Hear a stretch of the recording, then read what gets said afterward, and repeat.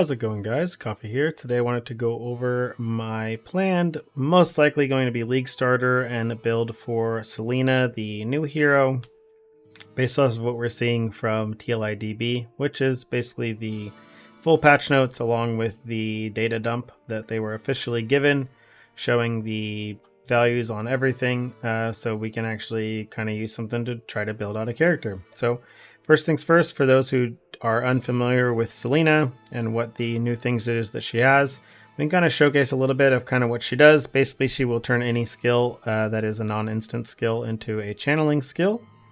This allows you to move while using that skill by just holding your movement key. So as you can see here, this is a Icebound Beam skill, which normally would require you to stand still while you are channeling it, but this allows you to move and be shooting your beam forward while you're moving, which they're not doing a very good job of showcasing how quickly you can kind of do this on this, but they're trying to basically showcase what you can do.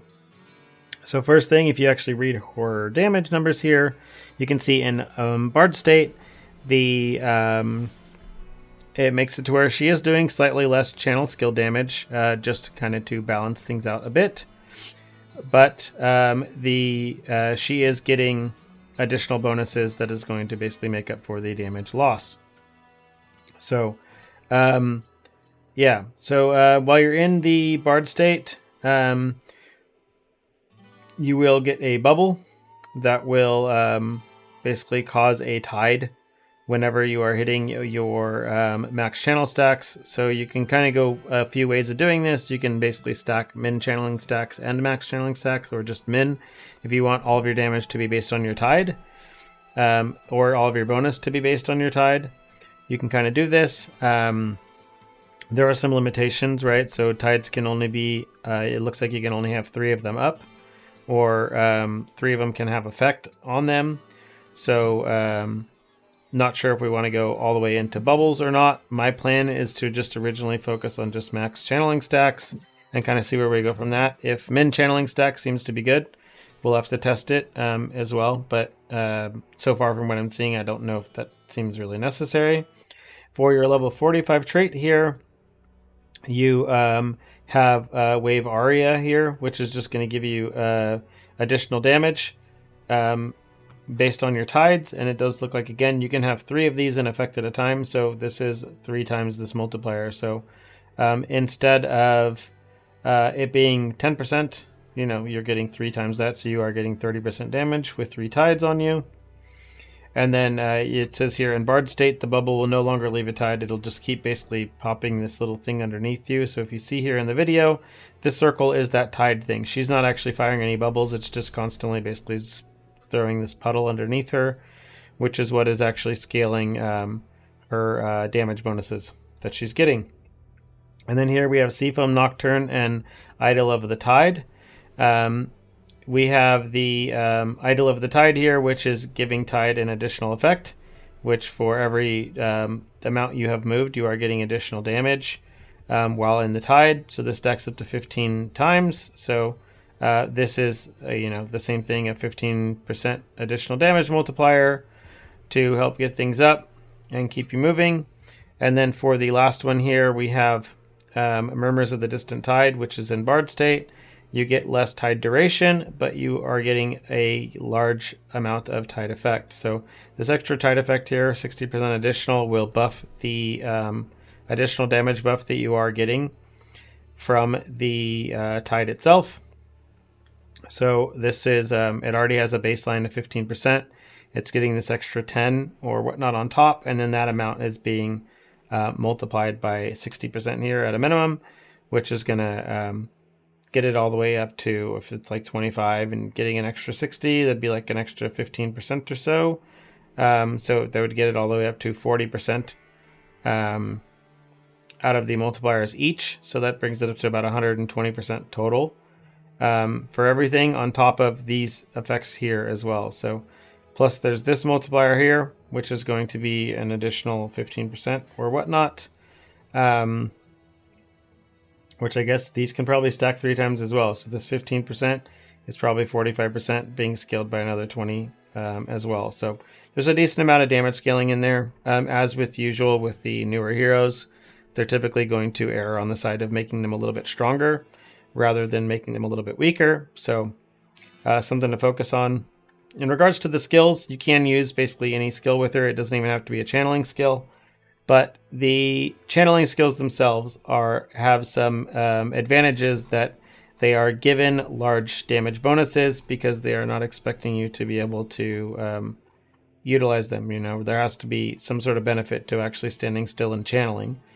So you can see here, for example, like a Ring of Ice here at level 20, we have 625 to 938 spell damage with 145% effectiveness of added damage.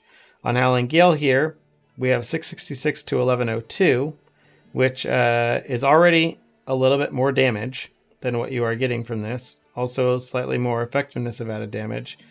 And then if you see here, there's also a massive additional damage multiplier for max channel stacks, which is going to be the biggest thing that you are going to get out of this. So because you're able to actually get some channeling stacks, this is going to be really, really good.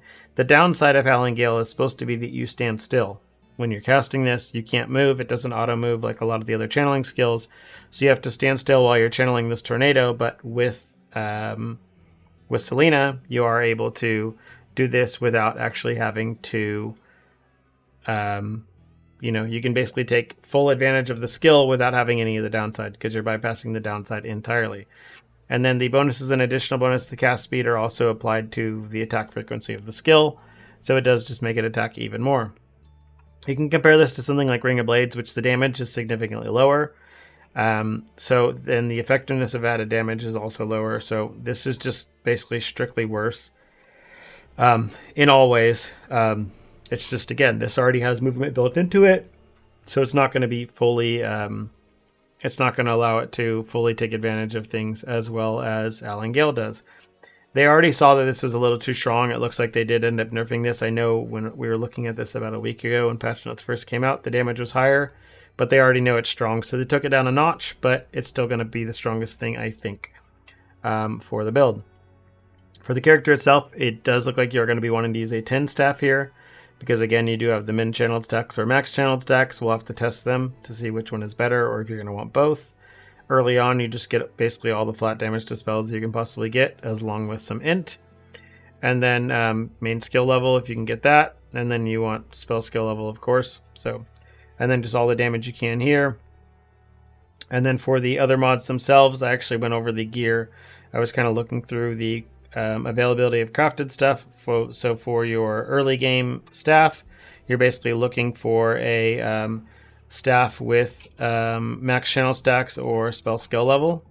So these are the mods you're going to basically want to be searching for with an item filter. I will make an item filter here on launch with all of the Ultimate Ember mods that we're basically going to want on weapons or on items. So we'll be making a filter that's just going to add those. Like the first 2 hours before a stream, we'll just be creating a spreadsheet with all of the ultimate affixes to add to a spreadsheet or to add to a filter rather once things are up, so we can make sure we're not leaving any valuable items on the ground. For your suffixes, you're just going at cast speed and then elemental damage and spell damage. Same thing for even the end game staff. The end game staff is most likely going to be this: main skill level, spell skill level, and then max channel stacks, just because they buffed the effects of skill levels or spell levels so heavily. So these are like the big mods that you're really looking for on every item. I actually forgot to look at rings here now that I look at this. So let's actually check. We were looking through here on the system here, so we can actually kind of go to ring. We can look at the ring crafts here and see what specific mods are going to be best suited for the build. Most likely it's just going to end up being max blessings here, or max blessing stacks. We don't really have to take advantage of any of the rest of this. So just max focus blessings. I guess the res pen, if we can find it, it's going to be really nice. But if we can't, again, not the end of the world. And the rest of this is just going to be resistances. So we should have no issues getting our res, because like a lot of the builds are having to really push for affliction effect right now, but we don't have to on this build. So we can actually take advantage of that. So for the rest of the gear here, For your boots, you want to make sure you're getting boots with your +1 to fizz levels. For your gloves, you're looking for +1 active level. For belt, you want +1 max channeling stack. This is the only like non-legendary source you can get. Is going to be on your belt, and then we want +1 active on your necklace and on your chest and your helmet. The biggest mods that I was seeing here was actually physical damage taken as cold. This is going to be big for survivability on basically everything, so that's going to be good. These are some kind of early crafts you can kind of focus on for your characters here. They're just basically like a good baseline with some damage. We have some double damage on belt, things like that. None of these mods, I don't think really any of these mods other than the channel stack as an ultimate mod. Or Ultimate Ember mod, but again, you can put it in your filter and you can drop things much earlier than you can actually craft them. So you've always been able to do that, so I don't anticipate that actually changing. They didn't mention anything of it changing, and all the Billy guides are basically showing you can do that too. So for the actual talents themselves, we don't actually have Selena on Maxroll yet, so we're just going to showcase this with a Frostbitten Gemma. The skill will be Howling Gale. You'll have guard, added physical damage, control spell, tendon slicer, and spell concentration. Basically, everyone unlocks, like all of the casters unlock Howling Gale pretty early. So we're anticipating you'll be able to get that. But otherwise, you just start on whatever skill you get, and you just go into Howling Gale right away. And then you're going to basically be wanting to add Blurry Steps. And then we got Biting Cold, Secret Origin Unleash, and Compound Source. For leveling, again, we don't know the order of what things are going to get unlocked. Blurry Steps is typically around level 14, and you'll just use Blink or whatever until you get that. For your actual tree here itself, they did buff these nodes quite significantly here. This attack and cast speed, skill cost, and movement speed. So you get a pretty big movement speed bonus here, like 23% right away. And then we have our damage on the tree here, and then we have a very large skill area. Skill area has been kind of removed from almost everywhere, so it's really big to be able to get this in this tree. We have our spell damage here on our +1 to spell skill levels.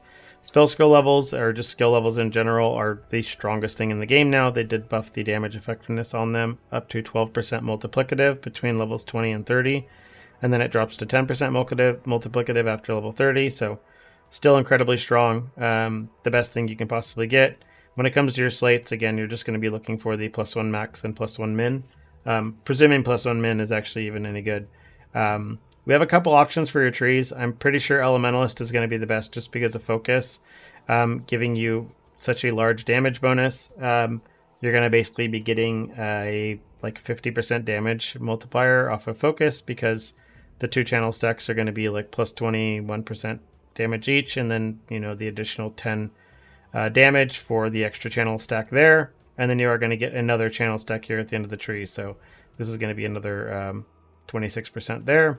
We are just taking the int for the damage multiplier. We're taking a little bit of defense here for elemental, and then we have our damage pen here, some attack and cast speed with skill cost reduction, and then we have our channel skills here. And then same thing goes for this is why we're recommending the warlock tree, is you are just getting these levels to skills here. You get +2 to all skill levels from indifference, and then +1 to all skill levels from the end of the tree. And then dirty tricks is always going to be very good, just because of the additional damage you can get, especially early on. You can use like a lonesome ring just to actually get the base damage, because you're going to get like that added fire, cold, lightning, etc. on there. And then if you want to fully take advantage of dirty tricks, you can run an acuteness imbue instead of ice imbue. And even if your damage is being converted, you will be able to ensure that you are basically getting that base trauma on there from this. If you don't actually have any damage conversion early on, and you want to make sure you're actually getting things over to to your cold and fire off of your elemental amplification, you can actually take these points down here in the bottom here to convert your physical to cold. You'll take 5 points to get there, but you can probably get your your conversion elsewhere if you end up needing it. So it's pretty easy to find on slates, things like that. So it's pretty common. So I don't think you really have any issues with it, but the option is there in case you end up needing it. Yeah, so last things in regards to the, again, slates, it's just going to be max channeling skills, and then we're just gonna have to see it from there. I'm like very set on playing this character, I think, because I think she's just gonna have the best quality of life. Again, they don't typically miss with new heroes, and the idea of just basically having a single button to hit is always going to be appealing to me. So I really like single button gameplay if we can get it. So we're going to give her a shot. If you have any questions, leave them in the comments down below, and I'll be more than happy to answer them. And other than that, see you in the next one.